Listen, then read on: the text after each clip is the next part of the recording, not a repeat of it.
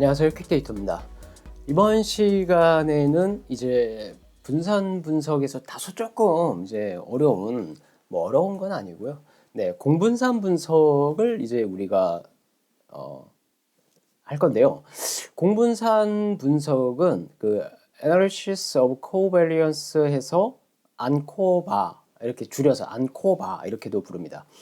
이 공분산 분석이 이 분산 분석과의 어떤 핵심적인 차이점은요, 종속 변수에 미치는 공별량이라는 것을 고려해서 독립 변수의 순수한 효과를 추정한다.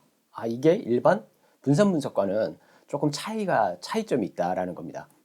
그래서 이 독립 변수는요, 그 독립 변수, 그러니까 처치 수준, 독립 변수가 종속 변수에 미치는 영향을 판단하기 위해서 외생 변수가 통제돼야 된다라는 거거든요. 외생 변수라는 것은 종속 변수에 영향을 미칠 수는 있지만 독립 변수로 설정되지 않은 변수다. 그래서 이 외생 변수가 종속 변수와 상관관계가 클수록 공분산 분석을 통해서 순수한 그 처치 효과를 파악하는 거다. 이 외생 변수는요, 독립 변수와 종속 변수의 관계에 영향을 미칠 수 있는 변수거든요. 예를 들어서 우리가 어떤 두 집단, 두 그룹의 학생들에게 서로 다른 학습 프로그램을 제공한 후에 학습 성취도를 비교하고 싶다고 이제 우리가 가정해 볼게요. 이때 학생들의 사전 지식 수준 있잖아요. 그러니까 집단이 두 개인데 우리가 어떤 프로그램을 이제 제공을 해요. 학습 효과를, 프로그램 그 효과를 우리가 알기 위해서. 근데 그 학습 성취도 프로그램 적용하기 전에 비교 집단과 실험 집단, 뭐 A 집단, B 집단 있잖아요. 그럼 이 두 집단이 어떤 프로그램을 통해서 변화되기 전, 그러니까 사전 검사를 먼저 하는 거죠. 그러니까 이 사전 검사가 사전 지식 수준, 야, A 집단과 B 집단이 사전 지식 수준이 학습 성취도에도 영향을 미칠 수 있지 않겠어? 이거가 이제 외생 변수라는 거죠. 그래서 만약 이 사전 지식 수준을 고려하지 않고 학습 프로그램만 그 시행해서 비교한다 그러면 결과가 왜곡될 수 있다 이러는 거죠. 그래서 사전 지식 수준의 어떤 그 영향력을 제거하기 위해서 공별량으로 우리가 통제하는 공분산 분석을 이제 하는 겁니다. 그러면 학습 프로그램의 어떤 그 학습 프로그램만의 그 순수한 효과를 추정할 수 있다는 거죠. 즉, 사전 지식 수준의 영향을 배제한 상태, 즉, 사전 지식 수준이 일정하다라는 가정하에서 그 학습 프로그램의 어떤 효과 차이가 존재하는지 검증할 필요가 있다는 겁니다. 결국은 그 실험 결과의 신뢰성과 정확성을 높이기 위함이다라는 겁니다. 좀 더 쉬운 예를 한번 들어볼까요? 좀 더 쉽게.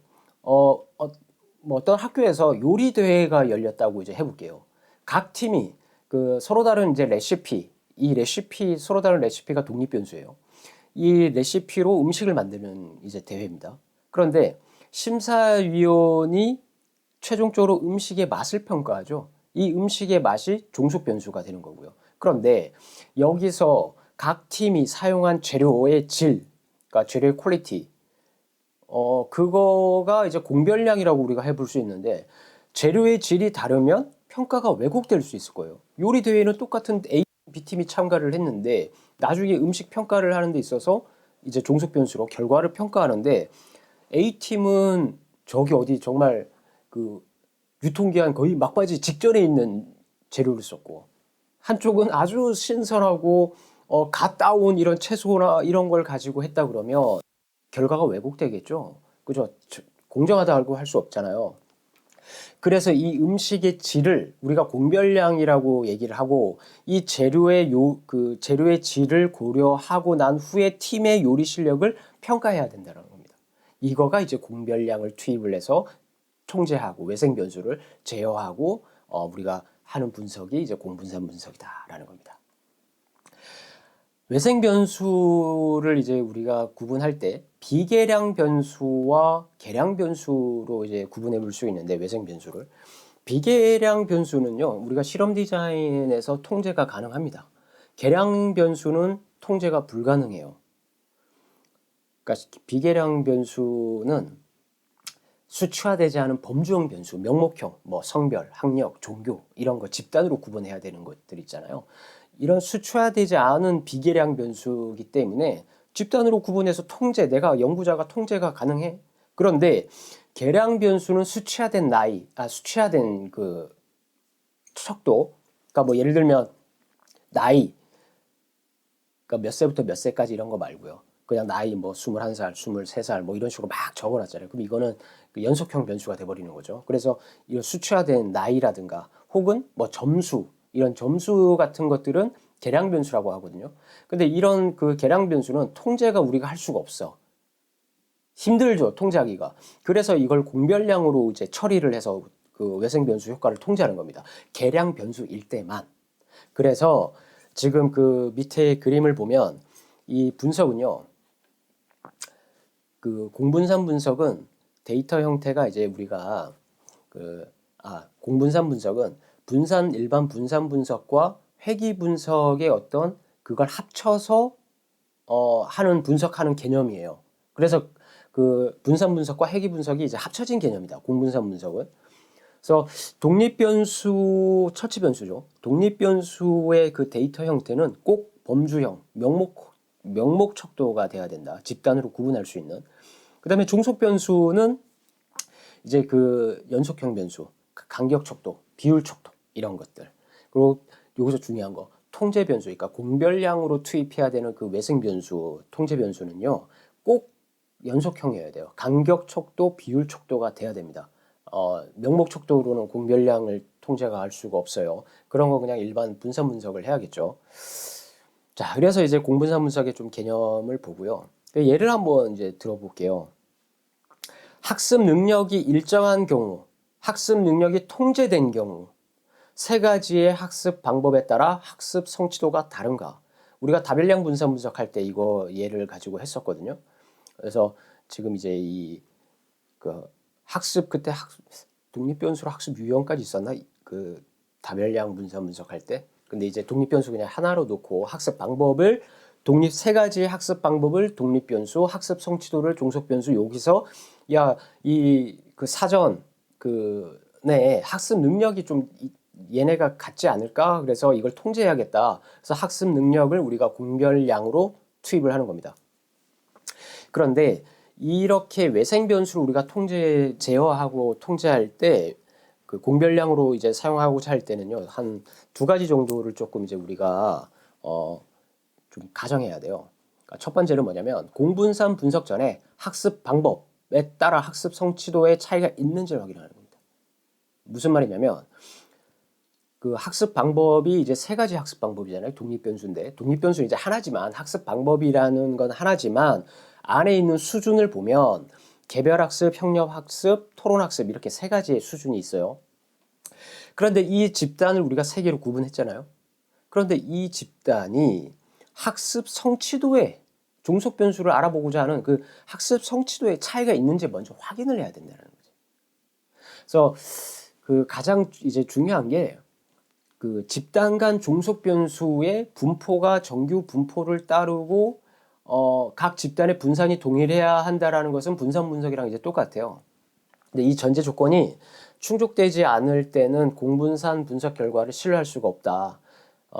그래서 그 공분산 분석을 하기 전에 먼저 집단 간 종속 변수의 차이를 분석해서 그 등분산성 가정 이런 것도 충족되는지 확인하는 것이 중요하다. 만약 우리가 이론 배치 분산, 지금 왜 이론 배치 분산 분석이냐면 집단이 3개니까. 그죠? 개별, 협력, 토론 학습. 분산 분석은 집단이 3개 이상일 때만 할 수 있다고 그랬잖아요. 그래서 이론 배치 분산 분석을 했는데 먼저 이론 배치 분산 분석을 했더니 이 개별, 협력, 토론 학습의 집단에 따라서 학습 성취도의 차이가 없다. 그러면 공분산 분석을 할 필요가 없죠. 차이가 없는 거니까 이미.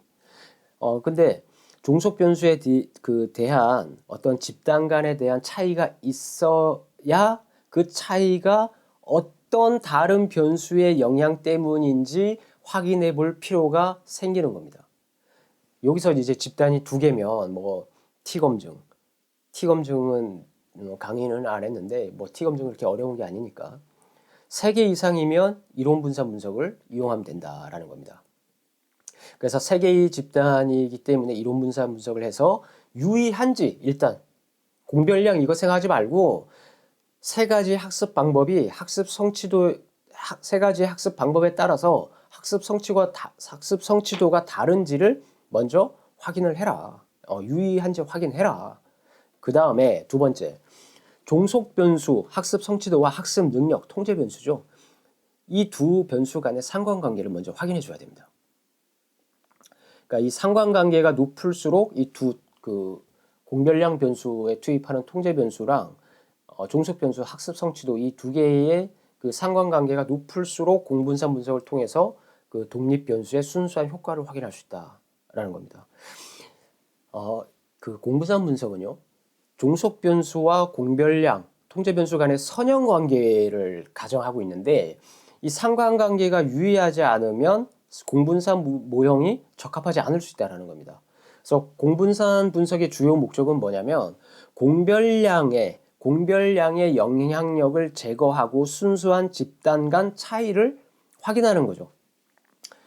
종속 변수와 공별량 간에 유의한 상관관계가 있어야 이 공별량이 종속 변수를 잘 설명할 수 있다는 겁니다. 그래서 공분산 분석 전에 종속 변수와 외생 변수의, 그러니까 공별량의 그 상관관계를 확인하는 것은 우리가 그 아까 처음에 예를 들었던 요리 대회에서 재료의 질을 확인하는 것과 같다라는 그 맥락으로 좀 받아들이시면 좋을 것 같아요. 그래서 공별량이 종속 변수와 아무런 상관관계가 없다. 그러면 사실 공분산 분석을 사용하는 게 좋지는 않습니다. 그리고 공별량이 우리가 연구 그 설계 단계에서 이미 공별량으로 얘는 투입을 시켜야겠다라고 먼저 지정을 해놔야지.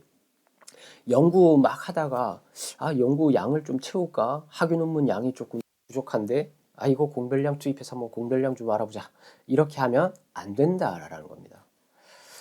네, 그래서 지금 이제 그 그림을 보면 독립 변수, 종속 변수, 공별량 변수 이렇게 있는데 이 공별량은 종속 변수와 상관이 있어야지 독립 변수와 상관이 있어서는 안 된다. 그 집단 변수와 그래서 종속 변수와 그 상관 분석이 있어야 된다라는 겁니다.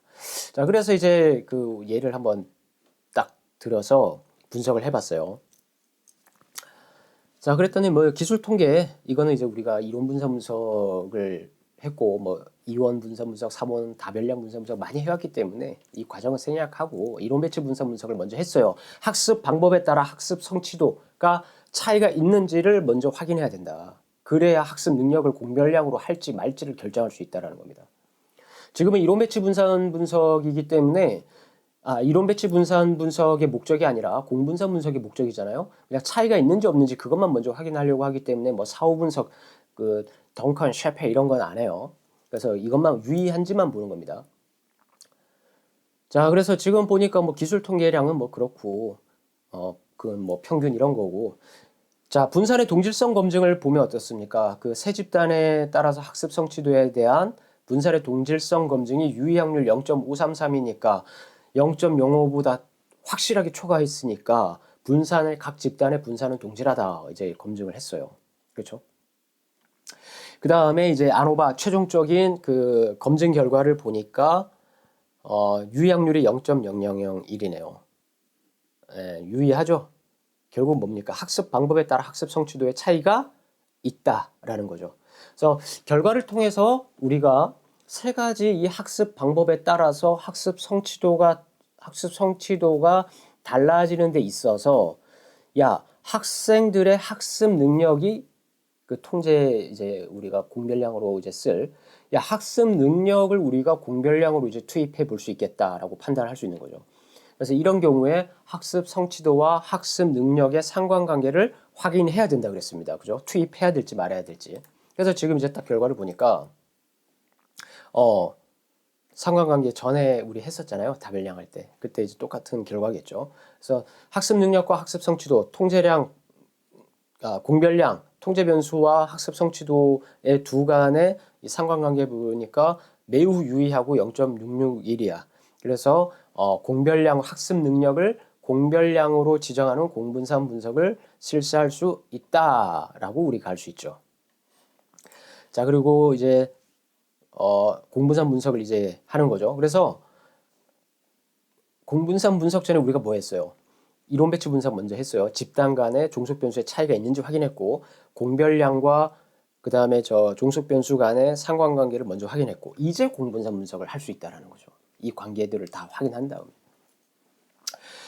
공분산 분석은요, 분석에서 일반 선형 모형 거기서 똑같아요. 그 3원 분산 분석까지 다 똑같아요. 그래서 일별량 클릭하면 이렇게 나와요. 그래서 종속 변수에는 학습 성취도 집어넣고 고정 요인에는 학습 방법 넣고 이건 다 똑같은데 이제 밑에 공별량이라는 걸 이제 우리가 쓰는 거예요. 공별량을 문제 해결 능력을 먼저 넣는 겁니다. 그리고 이제 모형 설정을 누르면 그냥 완전 요인 모형 이거 누르시고요. 계속하고 그다음에 이제 옵션에서 기술 통계량, 뭐 효과 크기 추정값, 동질성 검증 이런 거 이제 누르면 된다. 그렇게 해서 클릭을 딱 누르니까 네, 이런 표가 나와요. 기술 통계량은 뭐 이렇게 쭉 보면 되고 그 다음에 오차 분산의 동일성에 대한 레벨의 검정 이것도 그 오차 분산의 동질성 검증이랑 같은 개념이죠. 그래서 등분산 가정 충족되죠. 0.05 이상이잖아. 초과를 확실하게 했잖아. 0.683으로. 그래서 각 집단의 분산도 동질하다. 라고 됐고 그 다음에 이제 최종적으로 우리가 알아야 되는 거 개체 간 효과 검증 이게 가장 중요하거든요. 그래서 지금 보니까 공별량 학습 능력이 유의약률이 0.00으로 0.05 미만이니까 매우 유의하고 학습 방법은 0.068로 비유의하게 나왔어요. 이건 뭡니까? 공분산 분석 결과 학습 능력이 공별량으로 처리될 때 학습 방법에 따라서 학습 성취도는 차이가 없다라는 겁니다. 결국은 학습 능력이 기본적인 그 베이스라는 거예요. 그 성취도에 있어서 어떤 그 학습 방법에 어떤 이런 효과가 있는 게 아니라 그래서 이런 결과가 또 의미하는 건요. 학습 성취도와 높은 상관관계를 갖는 공별량인 학습 능력이 모형에 포함되어 있기 때문이다. 그래서 이론 분사 분석 결과에서는 학습 방법에 따라서 학습 성취도가 차이가 있는데 공분산 분석 결과를 보니까 학습 성취도의 차이가 학습 방법에 따른 차이라고 보기보다는 학습 능력에 기인하는 것으로 해석할 수 있다라는 거죠. 그래서 학습 방법은 유의하지 않지만 학습 능력은 매우 유의하고 효과 크기도 지금 보니까 부분 에타 제곱이 0.410으로 이제 매우 크다라는 겁니다. 자, 여기까지는 이제 그냥 외생 변수를 가지고 그냥 이제 한 거고 다음은 우리가 이제 실험 그 뭐 프로그램 효과 뭐 이런 걸 가지고 이제 우리가 공분산 분석을 많이 하거든요. 그래서 다음 시간에는 그 예를 가지고 다시 한번 강의하는 시간을 갖도록 하겠습니다. 네, 감사합니다.